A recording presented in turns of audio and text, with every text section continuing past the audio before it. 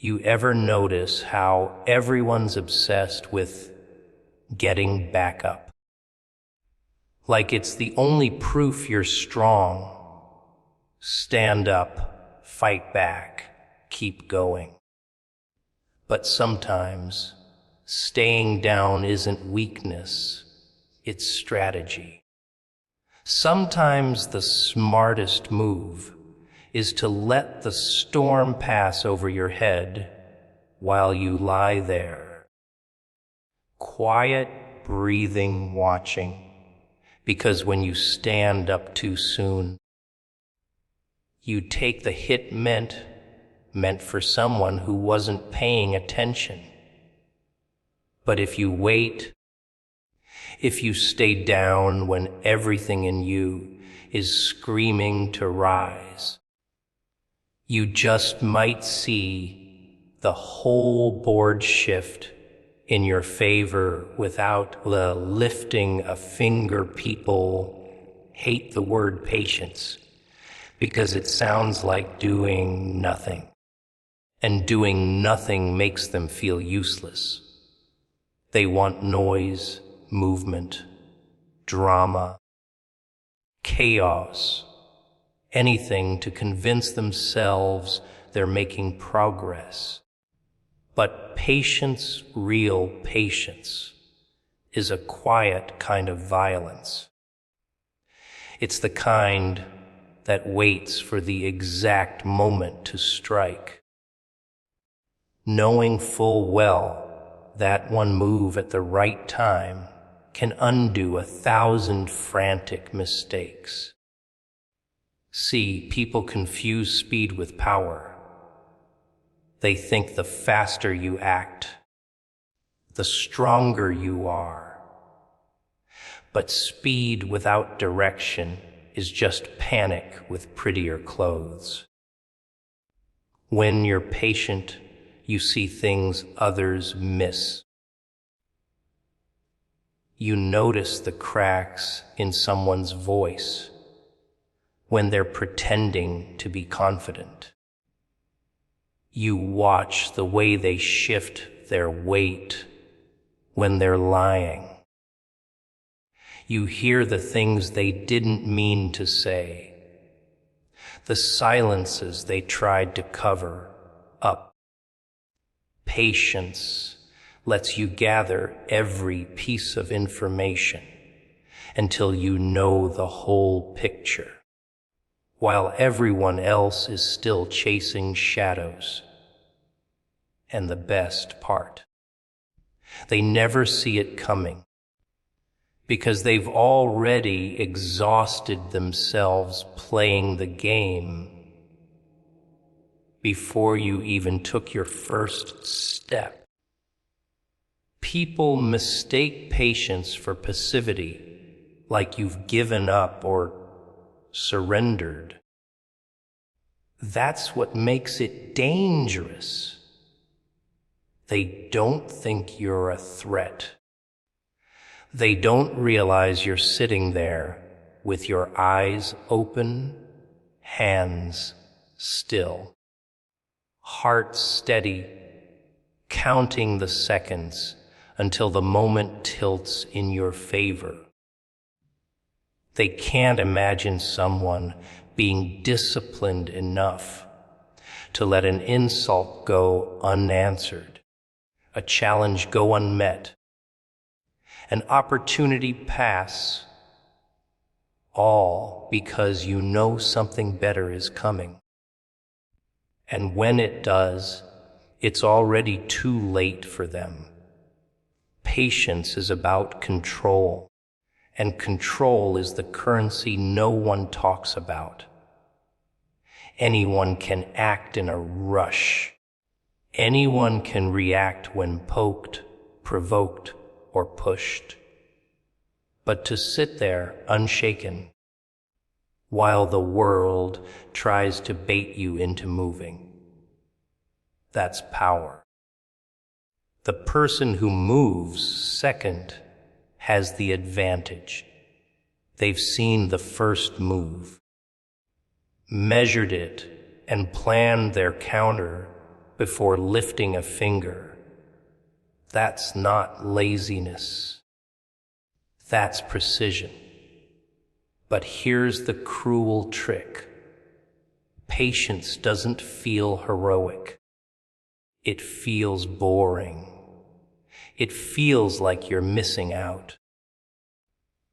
It feels like everyone else is living while you're stuck in neutral. And that's exactly why most people can't do it. They need the rush of quick action, the comfort of feeling busy, even if it leads them straight into the mess they were trying to avoid. They'd rather fail fast than win slow, because winning slow means they had to wait. And waiting feels like weakness to someone who doesn't understand it. Patience is a bet. You're betting that by holding back, by letting others rush ahead, they'll make the mistakes you'll later use against them. You're betting that the world will eventually tilt toward you, and when it does, you'll be ready. That's why patience scares people. It's an act of faith in yourself.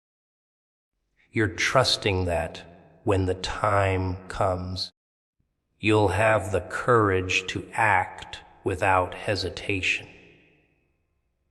that you won't freeze, that you won't talk yourself out of it after all that waiting. And here's the irony. Most people think they're being patient when they're actually just procrastinating. Real patience has intent. Every second you wait, you're watching, learning, preparing. You're not just standing still, you're winding the spring tighter and tighter until the release is unavoidable. That's why, when you finally move, it feels like an explosion to everyone else. They thought you were asleep. They thought you were beaten. They didn't see the blade you've been sharpening in the dark. Patience forces you to master your emotions, because nothing ruins a good plan faster than panic. You can't rush out of fear. You can't lash out from anger. You can't jump just because the silence feels too heavy. You have to sit in it. Let it wrap around you. Let it itch and burn until you can stand there without flinching. That's when you know you're ready. When the waiting doesn't hurt anymore. That's when patience stops being a cage and starts being a weapon. People have this twisted idea that survival is all about strength, about swinging harder, shouting louder, moving faster. But survival, real survival, isn't about being the loudest in the room. It's about knowing when to keep your hands down and your mouth shut. It's about recognizing that sometimes the smartest thing you can do is not fight. Not because you can't, but because you don't have to. The trouble is, the world has sold everyone this fairy tale that victory always belongs to the one who never gives up and always fights back. Sounds heroic, doesn't it? But that's how they get you. That's how they trick you into rushing to battles that were never yours to win in the first place. You see, there's a cost to every fight you pick. Sometimes it's obvious. Blood, sweat, broken bones. But the bigger cost, time, energy, focus. You can lose those without a single punch thrown. Just by being in the wrong fight at the wrong time. When you know when not to fight, you rob your enemy of control. You frustrate them. You force them to waste their power swinging at shadows while you stand back and watch. And if they're stupid enough to mistake your stillness for fear, that's when you've already won. Because fear will make them sloppy. Anger will make them blind.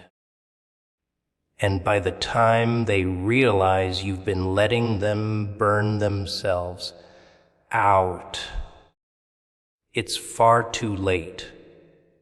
The art of not fighting isn't weakness. It's restraint. And restraint is dangerous because it's calculated. It means you've looked at the board, seen the pieces, and decided the move they expect from you isn't worth making. People who fight for the sake of pride don't understand this. They'll walk into a trap just to prove they're not afraid. They'll throw away the advantage just to save their ego. But survival isn't about pride. It's about staying in the game long enough to strike when it actually matters. Knowing when not to fight is like holding a match in the middle of a gasoline storm. Sure, you could light it and watch the world explode. But what would that really give you? A few seconds of chaos, a messy kind of satisfaction, then nothing but ash. Sometimes the better move is to pocket the match and wait for the storm to pass. Because once the air clears, the smallest spark will set exactly what you want on fire. You have to learn to sit with the tension. People hate that part. They want resolution now. They want to swing now. They want to prove they're strong now. But rushing to prove yourself only proves you're easy to control. You'll dance to the tune of anyone who knows how to push the right button.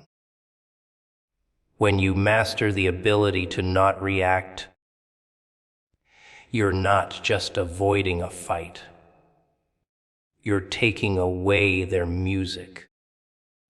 You're leaving them standing there with their fists clenched and no reason to swing. And here's something they never tell you. The fights you walk away from will haunt your enemies more than the ones you win. Because winning gives them closure.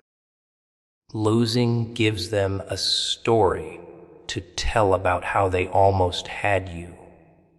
but walking away. That leaves a question in their head. It makes them wonder what you're planning, what you know, what you're capable of when the time comes. It plants a seed of doubt that grows faster than any wound you could leave with your fists. The world calls it cowardice because the world is full of people desperate for an audience. They want their struggles to be seen, to be validated, to be admired. But survival doesn't need an audience. You don't need applause to keep breathing. You don't need anyone to know why you chose not to swing. Because the truth is, they'll never understand the real reason. They'll never see the bigger picture you're playing. They'll never realize you're letting them run in circles while you wait for the exact moment that the floor under them gives way. The thing about timing is people think it's just about showing up early or late. They think it's a clock on the wall, ticking away, telling you when to act. No. Timing is a predator. It's a silent little shadow that follows you everywhere, waiting for that exact moment when you're distracted, and then it strikes. And most people, they don't even notice it's there until it's already too late. You see, the right timing doesn't just change the outcome, it decides it. You could be the strongest, the smartest, the most prepared person in the room, but if you move too soon, you lose. Too late, you lose. The sweet spot is razor thin. And the sick joke is, you never know you're in it until you're already on the other side. That's why so many people fail. They confuse movement with progress, action with success. They think doing something, anything, means they're winning.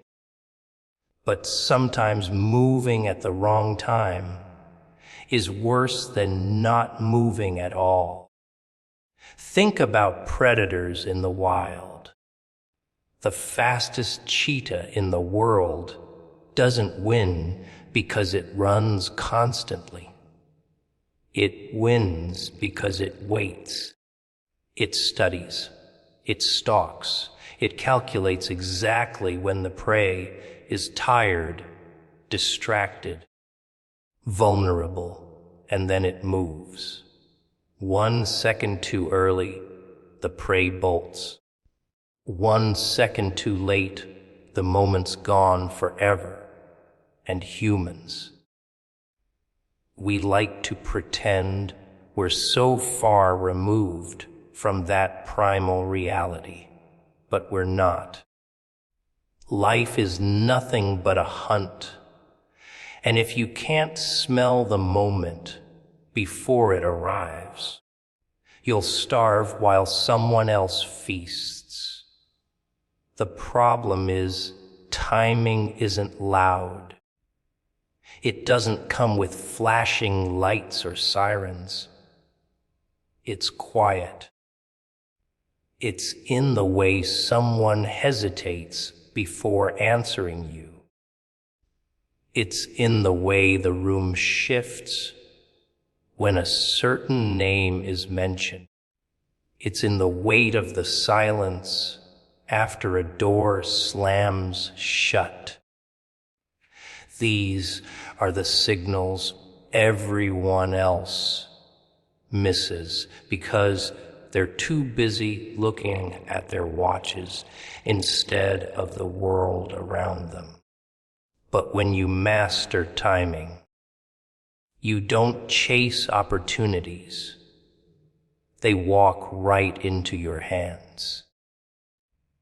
You can let 100 chances pass by because you know they weren't the chance.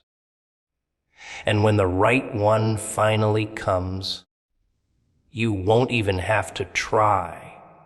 It'll fit so perfectly, it'll feel like the universe just handed it to you gift wrapped. Of course, the trick is that the universe doesn't hand anything over. You created that moment. You just made it look like it was luck. There's a cruel side to timing, though. It demands patience. The kind of patience that burns. You'll see openings you could take. And every bone in your body will scream at you to grab them because they're right there. But the thing about right there is sometimes it's just bait. Sometimes it's the hand of a trap waiting for you to bite so it can snap shut. If you can't stand the waiting, if you can't handle sitting perfectly still while the world tempts you with almost right moments, you'll never get to the real ones. And here's the part that makes people uncomfortable. Sometimes the perfect timing comes wrapped in chaos. It won't look like a clean opportunity. It'll look like a mess, a fight breaking out, a system collapsing, someone making a fatal mistake. Most people run from those moments. The ones who understand timing, they run into them. They know that chaos isn't an obstacle. It's a curtain. And behind that curtain, the stage is being set for something no one else sees coming. The right timing can make you unstoppable. It can make your smallest moves feel like master strokes. Your simplest words echo like prophecy. But here's the catch. When you're too early, you're ignored. When you're too late, you're forgotten. The only way to hit that sweet spot is to be so in tune with the rhythm of the game that you can feel it shift in your bones. And when that shift comes, when the air changes, when you know, really know, that this is it, you move, and nothing in the world can stop you. Silence makes people nervous. You've seen it. Someone says something, then they wait for a reply, but none comes. Their eyes dart around, their fingers twitch, they clear their throat, maybe laugh a little too loud. Humans hate the void. They'll fill it with words, excuses, confessions, anything to make the stillness go away. That's why silence is dangerous. It's not empty. It's loaded. It's a room with the lights off, and no one knows what's hiding inside. You ever notice how the loudest person in the room is usually the weakest? Noise is a shield. If they keep talking, keep moving, maybe no one will notice the cracks. But silence is a mirror. Hold it long enough, and people start seeing things in themselves they don't want to see. They start fidgeting, sweating, overthinking. They trip over their own words just to escape the sound of nothing. And that's when you learn who they really are. In a world obsessed with making noise, posting, shouting, announcing, proving, staying quiet is almost unnatural. It's an act of rebellion. It throws people off balance because they expect you to explain yourself, to justify your presence, to join the noise. But when you don't, they start guessing. And when they guess, they reveal their own fears. That's the beauty of silence. It makes the other person do the work for you. It's also a weapon you can sharpen. Picture a conversation where you say something simple, then stop talking. You let the pause stretch just a little too long. They'll lean in, searching your face, trying to figure out what you're thinking. They'll talk more. They'll reveal more. They'll give you more than you asked for. And you just listen. Silence turns into a vacuum that pulls the truth out of people without you ever asking directly. Most people think power comes from being the loudest voice in the room.